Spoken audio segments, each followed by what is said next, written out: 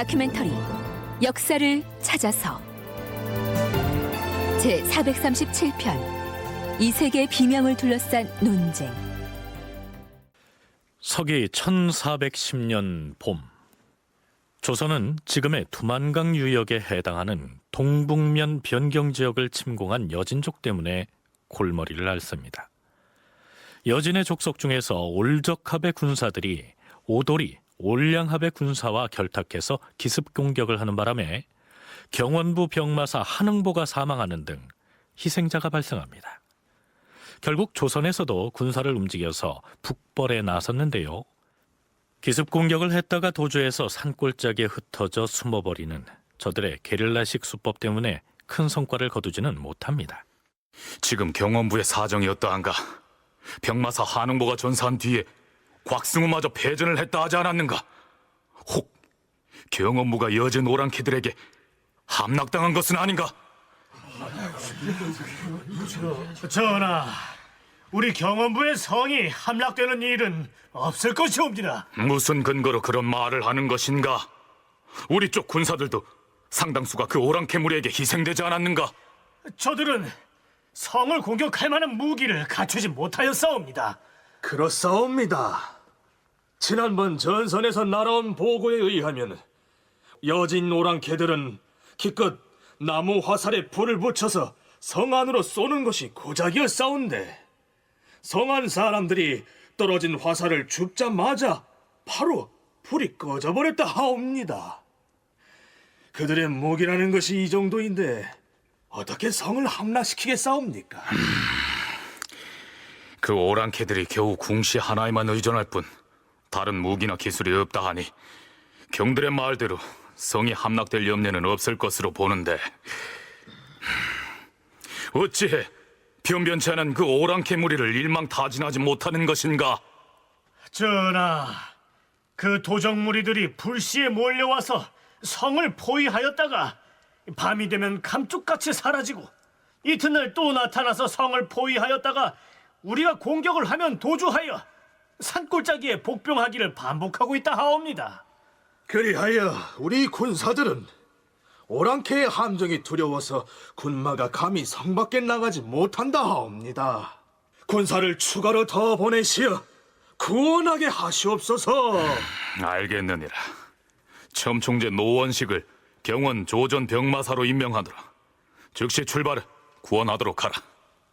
그런데 여진족이 동북면을 침공해서 시끄러운 와중에 태종은 불쑥 경원부 자체를 남쪽으로 옮기는 문제를 거론합니다. 그러니까 지금의 함경북도 북단에 두고 있던 지방관부인 경원부를 남쪽으로 이전하자는 얘기죠. 그런데 부만 옮겨서 될 일이 아니었습니다. 그곳 동북면에는 덕릉과 안릉 등 이씨 왕실의 선조들의 묘지가 조성돼 있었던 것이죠. 애당초 경원에 불을 설치했던 것은 선조들의 능실 때문이 아닌가? 그렇다면 경원부를 아예 옮겨버리면 저들 도적무리가 침공해도 얻을 것이 없을 터이니 무엇 때문에 오겠는가? 이 기회에 아예 능을 옮기고 부도 옮겨버렸으면 하는데 경들의 의견을 말해보라. 옳습니다. 그리하시옵소서. 이장을 하시옵소서. 전하, 아니되옵니다. 전하, 능실과 부를 옮겨버리면 여진 오랑캐들은 마치 누에가 뽕잎 갉아먹듯 우리 땅을 야금야금 먹어 들어올 것이옵니다. 하오면 우리는 나라의 땅이 깎여나가는 부끄러움을 당할 것이 아니옵니까? 그렇지 않다. 해마다 봄, 가을에 군사를 보내서 그 무리를 쫓아내면 저들은 그 땅에서 농사를 짓지 못할 것이니 어찌 땅을 빼앗길 우려가 있겠는가? 아니되옵니다, 전하. 능을 옮기고 불을 옮긴 다음에 매년 군사를 보내서 그 무리를 쫓는 것은 차라리 방비를 튼튼히 해서 굳게 지키는 것만 못하옵니다. 그 선대들부터 이성계가 그 지역에 여진과 섞여서 살고 있었다는 것을 이건 방증해 주는 건데, 이성계 세력은 이제 조선의 개국 세력이고 중심 세력이 됐으니까 이 여진족들을 컨트롤하기 힘드니까 경원부 자체를 남쪽으로 안정된 곳으로 옮기자. 또는 능 자체도 말이에요. 이장을 하자. 이런 주장도 나오는데 사실은 그런 거는 이제 여진족 컨트롤하기 힘들어서 그랬겠지만은 그렇게 받아들여지지도 않았고 올바른 태도라고 생각되지는 않네요. 여기가 이제 조선 왕실의 발상지라고 생각을 하는 거예요. 그러니까 물론 전주이시지만 이성계가 이 지역에서 출생을 했고 여기서 어린 시절을 보냈고 다 뭐 여기가 근거지니까. 그래서 여기 지금 이 덕능이 목조, 이성계 고조보고 안릉이 이제 고조모의 능이거든요. 이 능뿐만 아니라 우리가 잘 아는 목조, 한조, 도조, 익조 이성계 4대의 묘가 다 여기 이 지역에 있어요. 경원부에는 요 두 지금 경원부와 그 일대에 다 있거든요. 능을 가서 이제 원래 묘가 있었는데 이걸 능으로 이제 습격을 해갖고 다 이렇게 새로 만들고 한 게 태종이에요. 그 태종의 개국 직후에 왕명을 받아서 가서 그거 다 정비하거든요. 그러니까 태종도 사람들 거기에 대한 인식이 확고한 거죠. 그래서 이 왕실의 발상지인데 여기를 지켜야 되지 않느냐. 국사편찬위원회 김연영 연구관과 서울대 규장각 강문식 편사연구사의 얘기를 들어봤는데요. 경원에서 부를 옮기고 능도 다른 곳으로 이장하자는 태종의 주장은 이응, 김알로, 성성린 등의 반대에 부딪혀서 없던 일이 됩니다. 태종 이방원 역시 그 일대 나라 땅을 포기하자는 것이 아니고 조상의 능실이 여진족에 의해서 훼손될 것을 염려해서 그러한 의견을 공론에 붙였겠죠. 그해 5월 1일 두만강 유역의 여진족 중에서 오도리의 추장격인 동맹가 천모가가 이대두라는 부하를 조선에 보내 화호를 청합니다. 조선국 주상 전하, 지난번에 경원을 침구하여 조선에 피해를 입힌 것은 본심이 아니었사옵니다. 지금 저희들은 예전의 땅에서 밀려나 먼 지역에 종사하고 있는 탓에 사람은 많고 땅은 좁아서 생계가 심히 곤란하옵니다. 원컨대 전하께서 우리 여진과 언어가 잘 통하는 사람을 보내시어서 다 이루시면 제가 자식놈을 조선에 보내 입조하도록 하겠사옵니다. 경원부의 침공을 사과하고 장차 조선의 충성을 바치겠다면서 머리를 조아리는 모습을 보이는데요. 이로써 동북면에서의 여진과의 갈등은 일단은 잠정적으로나마 수그러듭니다. 그러나 이후로도 여진과의 크고 작은 갈등은 계속됩니다. 조선은 덜어는 그들을 회유하기도 하고 또 덜어는 군사를 동원해서 응징하기도 하죠. 저기 좀 봐. 웬 여기가 저렇게 불이 났나 본데? 불이다! 불이야! 불기둥이 손끝으로 있다! 아이고, 저기 봐. 어디 중이야? 다해방 아니야? 빨리 불을 어쩌면 좋아? 아이고, 불타는 집이 한두 채가 아닌데? 아이고, 저기 대궐 지키는 갑병들이 이제야 불타겠다고 몰려나오네 그려! 불길이 유물고로 옮겨 붙었다. 갑병들은 유물고의 불길을 잡아라. 태조 7년 5월 3일 경복궁과 창덕궁 사이에 있는 가회방에서 대형 화재가 발생합니다. 큰 바람이 불었다. 가회방의 인가에서 불이 났다. 불길은 이웃으로 번져서 인가 143채를 태웠다. 대궐에 미곡을 쌓아두는 창고인 요물고도 불에 타버렸다. 태조 임금이 불길을 바라보면서 가뭄이 극심한 터에 큰 화재까지 일어났으니 과인의 죄가 막중하다. 궁궐의 역사를 가벼이 중지할 수 없어 백성을 괴롭혔던 것인데 하늘이 노하셨구나 라고 탄식하였다. 인가 143채가 불에 탔다고 했는데요. 그렇다면 여기에서 말하는 인가는 그 주택 구조가 어떠했을까요? 명색이 조선의 수도 서울, 그것도 경복궁과 창덕궁 사이에 위치한 지금의 가회동에 있는 집들이었으니 모두 기와집이 아니었을까요? 이 화재 사건이 일어난 때로부터 8년이 지난 태종 6년 1월, 해선이라는 승려가 이러한 내용의 주청을 올립니다. 주상 전하, 개경에서 한양으로 도읍을 옮긴 지도 수년이 지났사온데 새 도읍의 크고 작은 집들은 모두 지붕을 띠나 볏짚으로 덮어놓은 실정이옵니다. 중국 사신이 왕래하면서 이 초가집들을 볼 것이온데 가히 아름답지 못한 모습이옵니다. 또한 무엇보다 화재가 두렵사옵니다. 청하옵건대 벼류를 설치하시고 소승에게 기와 굽는 일을 맡게 하여 주시옵소서. 기와를 구워서 사람마다 값을 내고 사가도록 윤허하시오면 10년이 지나지 아니하여 성 안의 여염집들이 모두 기와집으로 바뀔 것이옵니다. 조정에서는 승려 해선의 건의를 받아들여서 처음으로 벼화요를 설치하고 전국 각도에서 기와 굽는 기술자, 즉 와장을 징발합니다. 앞에서 언급한 벼료 혹은 벼화요란 민간에서 필요로 하는 기와를 굽기 위해서 특별히 설치한 관청을 일컫죠. 전국에서 와장을 징발했다고 했는데요.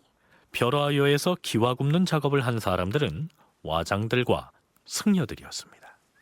여러 도에서 승려와 와장을 차등 있게 징발해서 그 역에 나아가도록 하였는데 충청도, 강원도에서 각각 승려 50명과 와장 6명, 경상도에서 승려 80명과 와장 10명, 경기도와 풍해도에서 각각 승려 30명과 와장 5명, 전라도에서 승려 30명과 와장 8명이 징발되었다. 그런데 이 벼화요는 태종 14년에 폐지된 것으로 나옵니다. 7년 동안에 이 기와를 얼마나 구워서 지붕 계량을 얼만큼 했는지는 알 길이 없습니다. 그러나 이후로도 벼화요와 관련한 기사가 간헐적으로 등장하죠.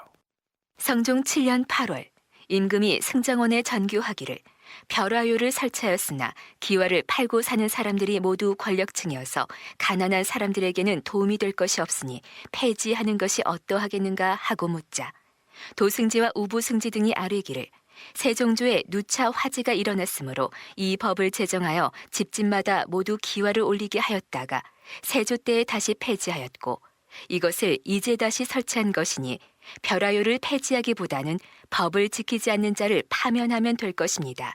라고 하였다. 임진왜란 때 큰 공을 세웠던 학봉 김성일은 풍속고이라는 글에서 대명일 통지라는 중국의 책이 조선의 문화를 왜곡했다면서 일일이 반론하고 있습니다. 그 중에서 조선 사람들의 집은 모두 초가집이다 라고 조롱하는 대목에 대해서 도성의 인간은 대개 기와집이고 외방 역시 그러하다. 오직 초야의 사람들만 모두 초가집에 산다 라고 반박을 합니다. 볏집 비용을 걷어내고 그 대신 기와를 얻는다고 해서 초가집이 순식간에 기와집으로 바뀔 수 있는 것은 아니죠. 기와지붕의 하중을 감당하기 위해선 골격 자체를 튼튼하게 다시 지어야 했을 테니까요. 기와집으로의 지붕 개량 쉬운 일이 아니었습니다. 1411년 6월 2일 명나라의 사신으로 갔던 통역관 임군례가 귀국하면서 문서 한 통을 가져와서 태종에게 바치는데요. 보아하니 황제가 보낸 조서도 아니고 무슨 문건인지 말해보라. 예, 전하. 이문정공의 비명이옵니다.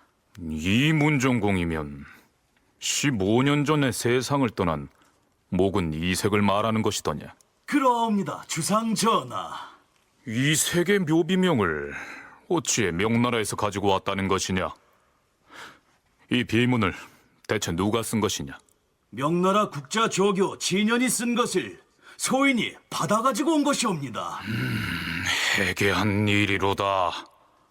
어찌하여 조선 사람의 묘비명을 중국의 관리가 썼으며 이것은 또한 누가 요구해 쓴 것이며 너는 과인의 사신으로서 중국에 간 것인데 어찌해 사사로이 개인의 비문을 갖다주는 심부름을 하고 있는 것이더냐? 느닷없이 중국에서 가져온 이색의 묘비명 때문에 조선의 조정이 발칵 뒤집힙니다. 영의정 하륜과 이미 2년 전에 사망한 권근에게 탄핵의 화살이 날아들고 호조참의의 죄가 가볍지 않으니 저자를 동래진으로 유배하라. 이색의 아들인 호조참의 이종선은 멀리 동래로 유배됩니다. 도대체 15년 전에 죽은 이색의 묘비명은 왜 이때 중국에서 조선으로 건네졌으며 그 내용에 무슨 문제가 있었을까요? 조선 태종 11년 이색 비명을 둘러싼 논쟁의 정치적 성격이란 제목의 논문을 통해 바로 이 문제를 연구한 서울시립대 김현주 교수와 고려 말 조선 초 중국과의 관계사를 집중 연구해온 한국외국어대학 김순자 교수와 함께 이 사건의 전말을 짚어보기로 하겠습니다. 자, 그 이전에 시간을 2년쯤 거슬러 올라가서 1409년 2월 14일에 태종실록 기사를 살펴볼까요?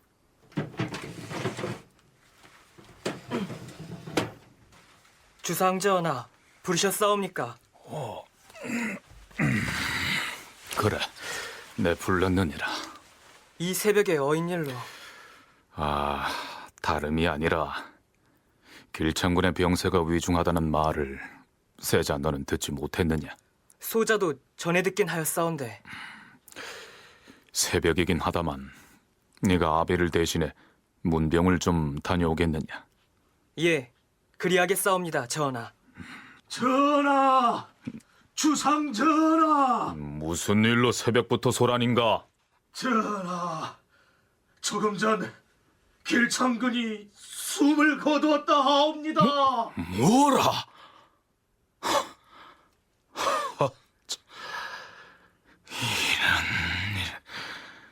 그렇지 않아도 세자를 보내 병문안을 하려고 했더니 그의 눈을 감고 말았구나.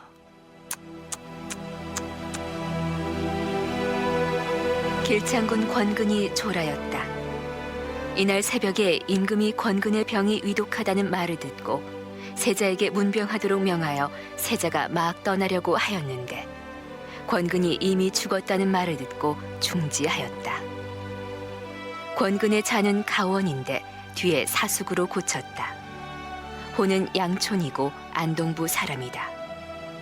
고려정승 권부의 증손이며 검교정승 권희의 아들이다. 어릴 때부터 글읽기를 부지런히 하였으며 18살 때 병과에 급제하였고. 권근은 이색의 문인이었는데요. 고려 말에 이색이 이성계와 대립하면서 고초를 겪는 바람에 권근 역시 그 고초를 함께 겪을 수밖에 없었습니다. 한국외국어대 김순자 교수의 얘기입니다. 고려 말에 권군은 2번 유배를 가는 걸로 나오는데 한 번은 그 이제 이숭인을 비호한 사실이고요. 이숭인은 이색이 가장 총애하는 제자였다. 그래서 재주가 너무 뛰어나서 정도전이나 저준 같은 사람들이 시샘을 했다. 이런 기록이 있는 사람입니다. 그 다음에 또 한 번은 그 창왕 원년에 명나라의 사신으로 갔다가 돌아오면서 탄핵을 받게 되는 일입니다. 이 두 번째 일이 권근의 그 일대기에서 오히려 상당히 중요한 위치를 차지하는데, 명나라의 사신으로 갔다 오면서 명나라에서 고려에 전달한 외교 문서가 있습니다. 이것을 우리가 흔히 예부자문 이렇게 얘기합니다. 그런데 바로 이때 권근이 지참한 예부자문에 매우 중요한 2글자가 들어있었던 것으로 전해집니다. 그 내용에 보면 이른바 이제 2글자가 있었다면 다를 이자에 성씨 성자 써서 이성, 다른 성씨다라는 얘기는 오왕창왕이 공민왕의 아들이어서 왕씨가 아니고 신돈의 아들이어서 다른 성씨 이성이다라는 얘기입니다. 이 예부자문의 문서에 이성이라는 2글자가 있었다고 전해집니다. 이 예부자문은 지금 전하지 않습니다. 원본이 없기 때문에 그 내용을 우리가 알 수가 없지만 고려말 기록에 의하면 이성이란 2글자가 있었다고 이성계 측에서 주장을 합니다. 그런데 이 문서를 가지고 온 외교 사절인 권근이 이것을 고려의 도당에 공식적으로 제출하기 전에 이림이라는 사람에게 먼저 제출합니다. 그래서 이림과 사적으로 이 외교 문서를 뜯어봤다라는 죄목으로 탄핵을 받아가지고 결국은 이제 장 100대를 맞고 유배형에 처하게 됩니다. 실제로 그 외교 문서에 이성이라는 글자가 있었다면 우왕과 창왕은 고려 왕실 성씨인 왕씨와는 성씨가 다르다는 것을 명나라에서도 인정했다는 의미가 됩니다. 그렇게 되면 이성계 측에서 우왕과 창왕을 신돈의 자식으로 몰아서 쫓아내고 권력을 잡았다가 조선을 건국하게 되는 이 과정 등에 일말의 정당성이 생기게 되는 것이죠. 물론 그 두 글자가 명나라의 외교 문서에 들어 있었다는 것 자체가 이성계 측의 조작일 가능성이 농후하지만 말입니다. 조선 건국 이후 권근이 이성계의 신임을 얻게 된 계기는 바로 명나라 태조 주원장에 의한 표전문 사건이었습니다. 주원장은 조선이 명나라에 보낸 외교 문서에 자신이 꺼리는 글자를 포함했다고 해서 그 문서를 작성한 정도전을 잡아 보내라고 엄포를 놓지요. 이때 권근이 자청하고 나섭니다. 태종실록에 실린 권근의 졸기 중에서 한 대목을 소개하자면 이렇습니다. 병자년 여름에 명나라 태조 주원장이 표문에 자신을 희롱하는 글자가 있다고 놓아여 표문을 지은 정도전을 불렀다. 정도전이 병이 있다고 칭탁하고 가지 않았다. 명나라 사신은 날마다 독촉하였다. 이때 권근이 자청하여 나섰다. 전하, 문제가 된 그 표문을 짓는 일에 신도 참여하였기로 그 내용을 알고 있으니 신을 명나라로 보내주시옵소서. 그러나 태조는 황제가 권근을 부르지 않았다 하여 그만두게 하였다. 권근이 다시 아뢰었다. 주상 전하, 고려 마렵에 신이 전하께 중한 죄를 입어 거의 목숨을 보전하지 못할 뻔하였사온데 다행히 전하께서 인덕을 베푸시어 목숨을 보전할 수 있었사옵니다. 이제 건국 초기를 맞이하여 다시 벼슬길에 나아가는 은혜를 입었사옵니다. 전하의 은덕이 하늘처럼 만극하오나 신이 보답한 공로가 없사옵니다. 원컨대 명나라 서울에 가서 성은의 1,000,000의 1이라도 보답할까 하옵니다. 권근은 정도전을 대신해서 명나라에 가는데요.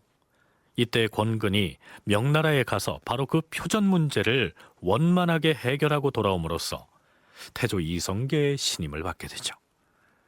그리고 나서 태종이 즉위했는데요. 서울시립대 김윤주 교수의 얘기를 들어보시죠. 그가 정치적으로 입지가 더욱 강화되는 시점은 태종 즉위 이후입니다. 태종 즉위 과정에서도 물론 공을 세웠죠. 사병혁파를 주창해가지고 세자시설에 사병을 확보할 수 있도록 도와주기도 했고요. 그리고 그 이후에는 태종 즉위 이후에 그 기존의 정치 세력을, 태조대의 정치 세력을 이렇게 일소하고 새로운 정치 세력을 이렇게 다지는 데 굉장히 큰 공을 끼치고요. 그 이후에 정치적으로 승승장구하다가 태종 8년에 사망하게 되죠. 예, 그런데 태종 11년에 이색 비문이 발생하면서 또 정치적으로 탄핵을 받게 되는 겁니다. 앞에서 들려드린 김윤주 교수의 이야기 말미에 권근은 사망 이후에 이색 비문 사건이 발생해서 정치적 탄핵을 받게 됐다라고 했는데요. 이 프로그램 들머리에서 언급했던 바로 그 이색 묘비명에 관한 논란의 전모를 지금부터 짚어보도록 하겠습니다. 다시 태종 11년 6월 29일 명나라 사신으로 갔던 임군례가 이색의 묘비명을 가지고 귀국한 당시의 상황으로 돌아가 보시죠. 임군례가 명나라에 조회하였을 때 태복소경 충맹원으로부터 국자조교 진연이 제작한 이색의 비명을 받아가지고 와서 임금께 드리니 임금이 이것을 보고 신료들에게 물었다.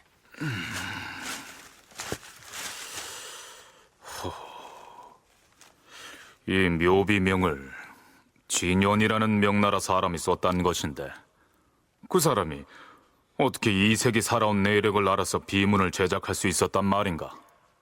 전하, 그것은 예전에 충맹원이 사신으로 왔을 때 이색의 시문들을 구해가지고 돌아갔사옵니다. 이색의 시문이라면 과인도 읽어보았지만 그 중국 사람 진연이 어찌 시문만 보고서 이와 같이 상세한 비문을 제작할 수 있겠는가? 전하, 이색의 행장을 권근히 짓지 않았사옵니까? 아마도 명나라 사람 진연은 그 행장을 보았을 것이옵니다. 대언 유기가 중국의 충맹헌과 친분이 있사옵니다. 아마도 충맹원이 조선에 왔을 때 유기가 필시 그 행장을 주어서 묘비명을 제작해 주도록 청했을 것이옵니다. 유기라면 이색의 아들 이종덕의 사위가 아닌가? 그러하옵니다, 전하. 과인은 그때 충맹원이 이색에 관한 초고만 구한 것을 알 뿐이지 이색의 행장을 얻어간 것까지는 알지 못했다. 지금 이 비명의 내용 중에 실정에 지나친 표현이 많아. 임금내는 어찌해 중국인인 충맹원과 사통해 이러한 글을 얻어왔단 말인가? 임금내에게 경고하는 바이다. 앞으로는 두 나라 사이에 틈이 생길 수 있는 행동은 절대로 하지 마라. 알겠는가? 명심하겠사옵니다, 전하. 일이 이 정도에서 그치는 것 같았는데 그게 아니었습니다.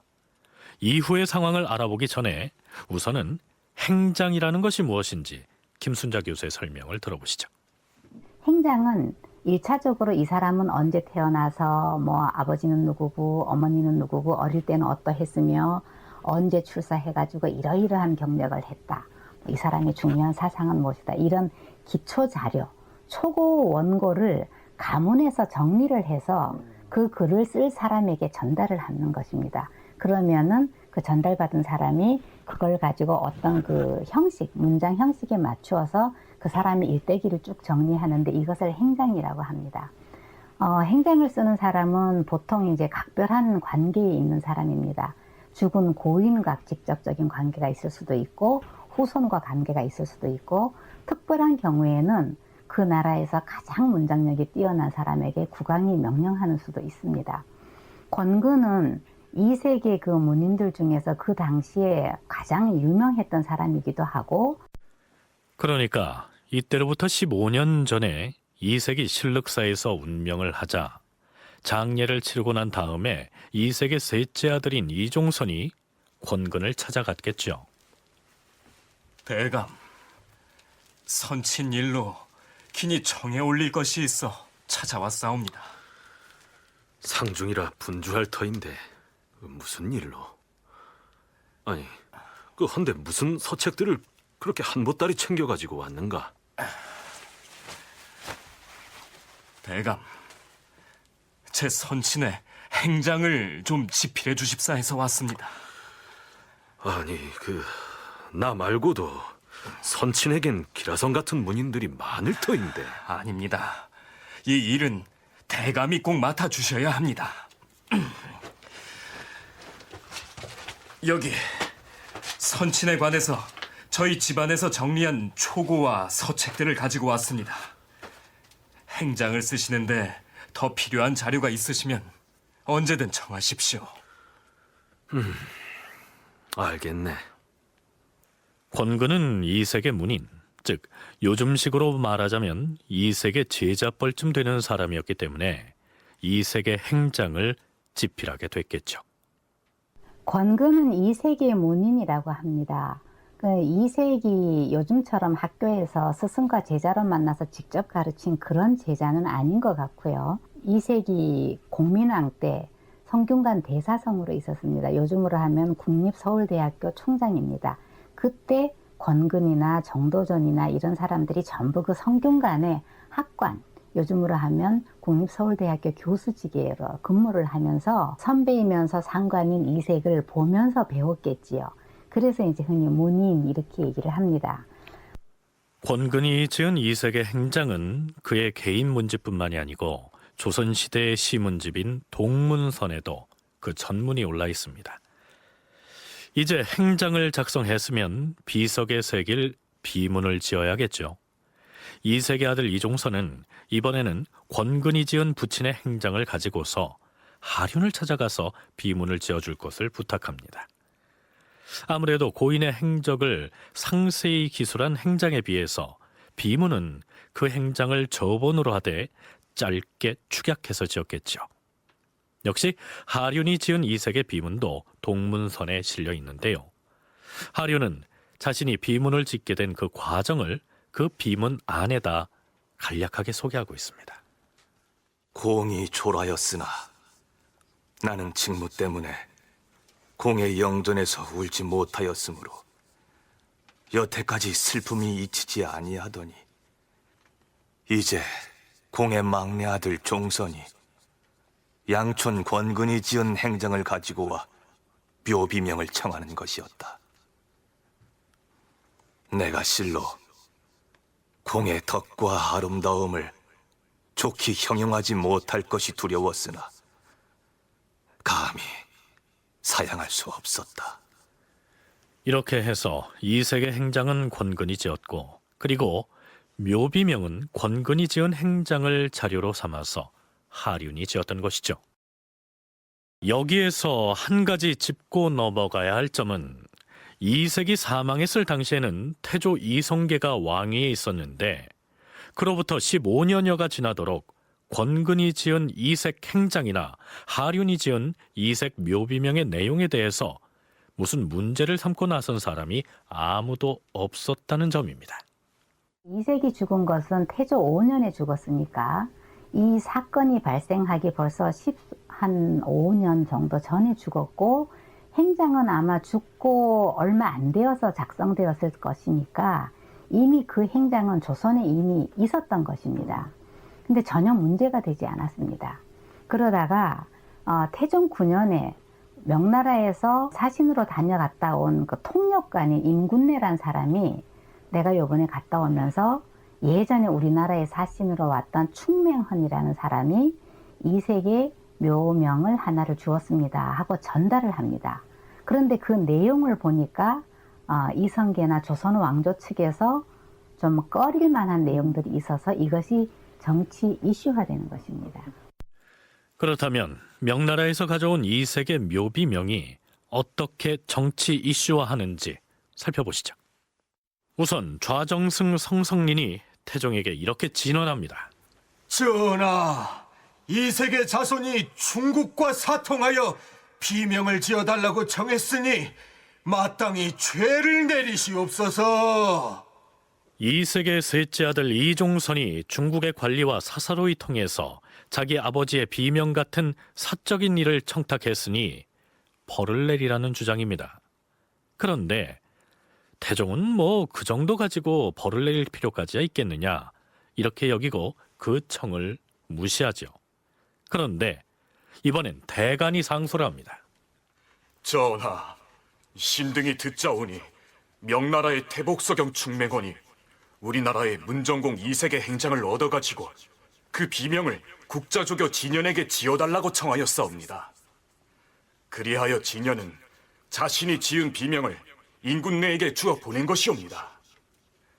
신등은 가만히 생각건대 인신으로서 마땅히 사죄하지 못하게 함은 붕당의 근원을 막기 위한 것이옵니다. 행장과 비명이 비록 이색의 집안 일이라고는 하나 그 몸은 두 나라의 조정을 섬기는 신분이옵니다.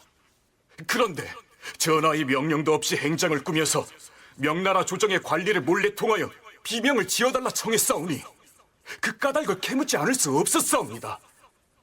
그리하여 이색의 아들 이종선을 탄핵하여 캐물었사온데 지난 2모년에 내가 황해도 배주에 있을 때 삼촌의 진려의 남편 유기가 아버지의 초고 행장을 가지고 충맹헌에게 부탁하여 비명을 구했습니다. 이렇게 대답했사옵니다. 하운데 유기는 이미 죽었으니 벌할 수 없사오나 이종선 같은 자는 이것을 바로 아뢰지 아니하였고 지금 인군내가 왔을 때에도 곧 아뢰지 아니하였으니 이것은 오직 그 아비마를 아름답게 꾸미고자 하여 국가를 돌보지 않고 사규의 죄를 범한 것이옵니다. 그러하오니 이를 그냥 두어서는 아니 될 것이옵니다. 또한 임군내는 직책의 통사로 있으면서 명나라에 들어가 들은 바를 즉시 숨김없이 아뢰지 아니하고 열흘씩이나 지체하여 이제서야 그 비명을 전하께 올렸사오니 이 또한 용납할 수 없는 일이옵니다. 전하께서는 특별히 유사에 명하시어 그 까닭을 국문하게 하시옵소서. 대간의 상소문은 이색의 아들인 이종선이나 혹은 사신으로 갔다가 중국인이 쓴 비명을 가지고 온 임군예가 인신으로서 마땅히 사교하지 못하게 함으로써 붕당의 근원을 막기 위한 원칙을 위배했으니 처벌하라는 내용입니다. 이것을 한문 원문으로는 인신무사교라고 적고 있는데요. 김순자 교수의 설명을 들어보시죠. 남의 신하가 된 사람은 사적으로 사귐을 가질 수가 없다. 그래서 인신무사교 이렇게 표현을 하는데 사실 이제 그것을 글자를 살짝 바꾼 것이고요. 원래는 이제 얘기에 나오는 말로 인신무외교라는 것입니다. 다른 사람의 사신이 된 사람은 사적으로 외교 관계를 가질 수가 없다라는 것입니다. 조선과 명나라가 외교 관계를 할 때는 조선 국왕 혹은 국가기관, 그 다음에 명나라 황제 혹은 황제의 신하인 관료들, 이 공식적인 절차를 통해 가지고 문서가 오고 가는 것, 이것만이 공식적인 외교이고 그 외의 개인 간에 만나는 것은 사적인 외교를 해가지고 이것은 불충한 것이라고 해서 원래 유교 경전에서도 문제 삼았던 것이고, 명나라는 홍무제 당시부터 이것을 대단히 문제 삼습니다. 조선 정부는 사실은 사적인 외교를 하고 싶지요. 이러한 대간의 상소에 대해서 태종은 일단은 유연한 태도를 보입니다. 목은 이색은 천하에 걸출한 유학자이니 중국인이 그 아름다움을 칭찬하는 것은 좋은 일이다. 그리고 행정을 충맹원에게 부탁한 사람인 유기는 지금 이미 죽고 없으니 물어볼 방도가 없지 않은가. 또한 이종소는 그 아비를 참미코자 했으니 이것은 아들된 마음으로 당연한 일이야. 더불어 임금내는 몸은 먼저 왔지만 짐이 나중에 도착해 늦게 아랜 것이니 어찌 죄가 있겠는가. 여기까지는 이색의 자손들이 사사로이 중국의 관리에게 비명을 부탁했고 통역관으로 파견된 사람이 그 비명을 배달해주는 등의 일에 대해서, 그 절차에 대해서 문제가 있었다는 점이 도마에 오른 상황이죠. 그렇다면 고려나 조선의 인물 중에서 중국에서 그 묘비명을 지은 경우가 이색 말고 또 있었을까요? 이색의 비명을 왜 중국인이 지어서 그의 생애를 찬미했을까요? 이색 같은 경우에는 고려를 대표하는 유학자죠. 대유 혹은 유종이라고 불릴 정도로 굉장히 큰 명망을 가지고 있었고요. 그리고 이색의 이력 중에 하나가 뭐냐 하면 원나라 예부시에 가서 합격을 하고 원에서 관직을 가져서 활동을 하다가 돌아온 인물입니다. 예, 그렇기 때문에 그 사람의 어떤 명망이 원에서도, 그리고 그 원을 이은 명에서도, 예, 중국 지역에 널리 퍼져 있었던 거죠. 예, 그래서 그 이후에도 뭐 이색의 시를 보고 중국 사신들이 굉장히 놀라면서 칭송을 한다거나, 아니면 그 태종 원년에는 이색의 문집을 얻기 위해서 사신이 와서 조선국왕에게 이렇게 청하는 그런 대목도 보입니다. 그 고려나 조선의 어떤 유명한 정치인 혹은 유명한 문인의 죽은 다음에 묘비명을 중국의 관리나 중국의 학자가 썼던 사례는 거의 없습니다. 이색의 경우는 대단히 좀 특별한 사례이고 특별히 부탁해서 이루어진 것입니다.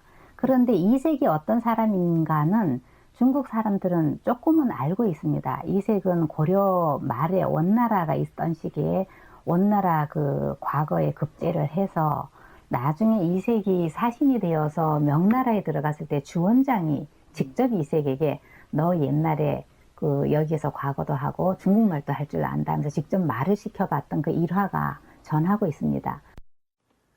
이색이 중국에서 벼슬도 했고 양국 간의 외교에 끼친 공적도 상당했을 뿐만 아니라 명나라에서 그의 시문들을 흠모한 사람들도 있었던 점들이 중국인이 이색의 비명을 짓게 된 배경이 된 것이다. 김윤주, 김순자 두 연구자의 분석이 그렇습니다. 임군예가 명나라에서 가져온 이색의 비명을 꼼꼼히 읽고 난 태종이 이제 본격적으로 그 내용을 문제 삼기 시작합니다. 태종은 권근이 지은 이색 행장과 하륜이 지은 비명까지 모두 가져오게 해서 읽고 난 다음 이렇게 말합니다. 명나라의 진연이 지은 이색의 비명을 보았다. 그리고 또한 하륜과 권근이 지은 글들을 보았는데 이 세 사람의 글이 모두 우리 조선의 건국 초기의 일들을 말하고 있다. 자, 경들의 눈에는 이것이 보이지 않던가? 공양군 때를 당해 용사자들이 공이 자기를 따르지 않는 것을 꺼려했다, 이렇게 쓰고 있는데, 그때 우리 태조께서는 나라의 수상이 되었은즉 여기에서 용사자란 누구를 가리키는 것인가? 권근이 쓴 이색행장은 세상에 놔둔 지가 오래됐는데 공신들이 어찌 눈을 뜨고도 이것을 보지 못했는가? 공신된 자는 국가와 더불어 근심과 걱정을 같이 해야 할 처지인데 그 일이 태조에게 관계되었음에도 어째서 여태까지 과인에게 구하지 아니했는가? 이런 글을 또 어째 장차 후세에 전하려 하는가? 이는 매우 잘못된 것이다.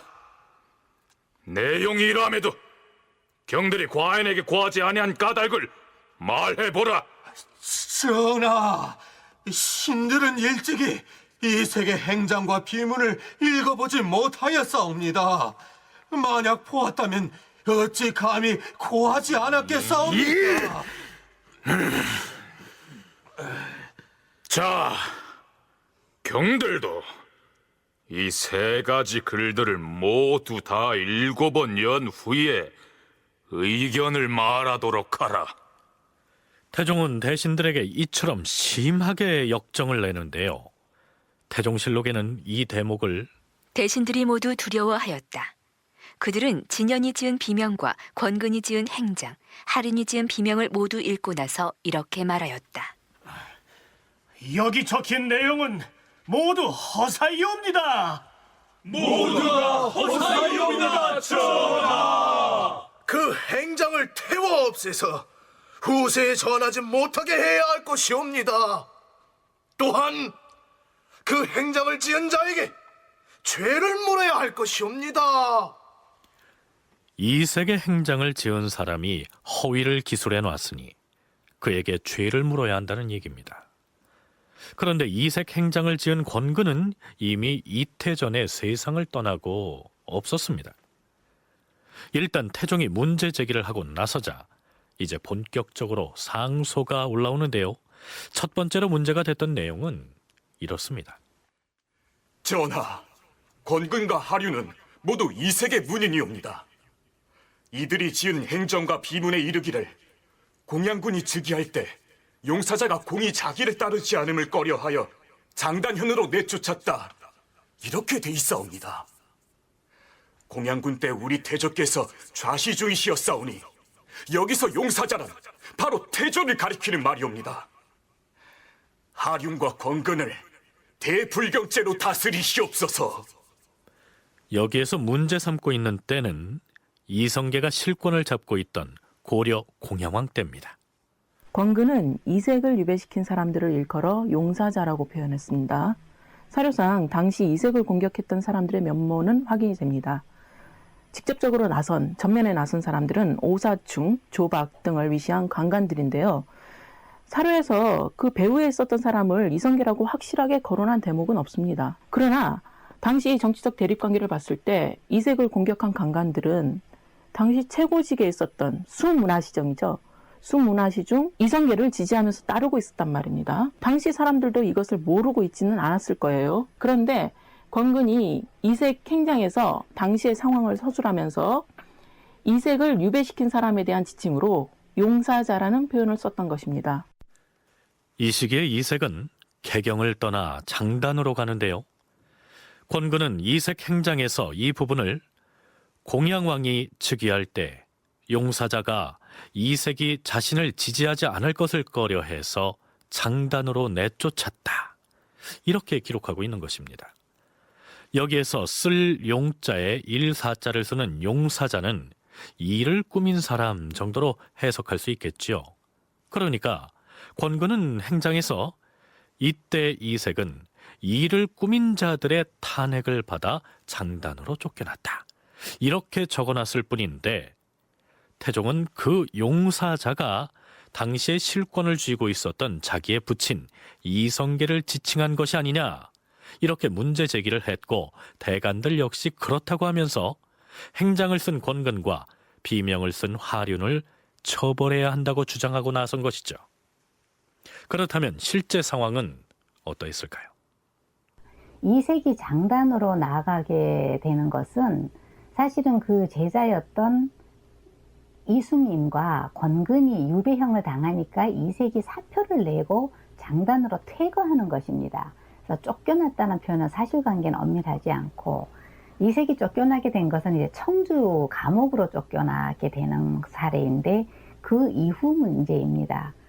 그런데 이 비문에서는 이제 그 두 가지 일이 그냥 같이 뭉뚱그려 가지고 표현되어 있는데, 여기에서 이 당시 일을 꾸미는 사람이 공의 자격에 협조하지 않는 것을 꺼려서 장단으로 내쫓았다 라는데, 태종 이방원은 이 대목을 집어서 여기에서 말하는 용사자라는 것은 그 시기에 우리 아버지가 수상이었으니까 결국은 우리 아버지를 지목하는 게 아니냐라고 문제 삼는 것입니다. 대간과 삼공신은 입을 모아서 이색 행장을 지은 권근과 비문을 지은 하륜을 논죄하면서 이 두 사람의 죄는 불경죄 앞에다가 큰 대자를 붙여서 대불경죄로 다스려야 한다고 주장합니다. 태종은 그 자신이 먼저 문제 제기를 했었는데 삼공신과 대간이 들고 일어나서 권근과 하륜에 대한 처벌을 주장하자 이렇게 응답합니다. 하륜과 권근은 모두 과인의 충신이다. 어찌 우리 태조를 비방했겠는가? 당시 이색이 조준, 정도전과 본래 틈이 있었고 하륜과 권근은 모두 이색의 문인이기 때문에 보복하려고 생각했던 것뿐일 터이나 실상은 본심에서 우러난 것이 아니며 또한 종묘사직에 크게 관계되지도 않은 일이다. 그러나 그것은 대신이 지켜야 할 도리는 아닐 것이. 권근은 이미 죽었으니 죄를 줄 수가 없고 하륜은 이미 벼슬을 내려놓고 집에 머물면서 국장에 참여하지 않고 있으니 경등은 다시 이 문제를 거론하지 말라. 물론 늘 그랬듯이 태종의 만류에도 불구하고 상소는 더욱 맹렬하게 이어집니다. 그렇다면 실제로 권근은 이색 행장을 지을 때 이색이 공양왕 즉위 직후에 개경을 떠나 장단으로 갔던 것을 두고 이 일을 꾸며서 이색을 장단으로 내쫓은 사람은 이성계다, 이런 생각으로 용사자라는 표현을 썼을까요? 여러 가지 정황으로 봤을 때 권근이 이성계를 빗대서 용사자라고 했을 가능성은 희박합니다.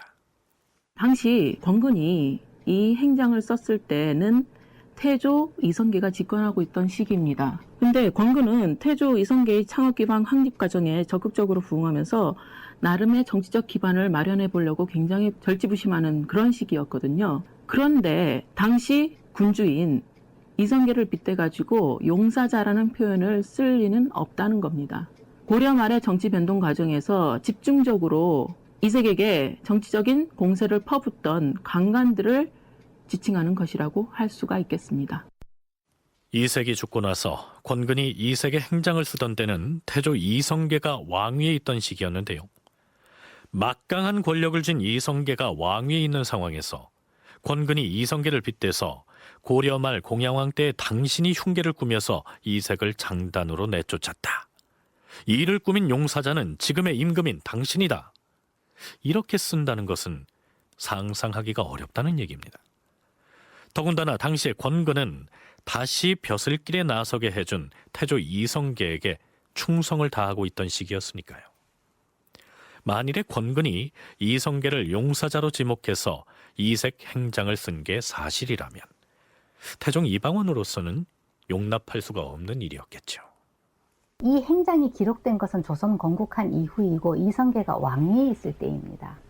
국왕을 용사자로 표현을 했다는 것도 용납이 안 되는 일이죠. 이건 불경이라고도 말할 수 없을 만큼 대단히 좀 어마어마한 잘못된 표현이라고 볼 수가 있는 것이고, 그 다음에 조선 국가에서도 대유로 인정받고 있는 그 이색이란 사람을 무고해가지고서는 쫓아냈다, 그 장본인이 이성계다, 이렇게 되면 이성계란 사람이 천명을 받아가지고 새로운 나라를 건국을 해가지고 백성들을 이롭게 했다라는 조선 왕조 건국의 그 모든 명분이 부정당하게 되는 아주 어마어마한 사건이 관계되는 것입니다.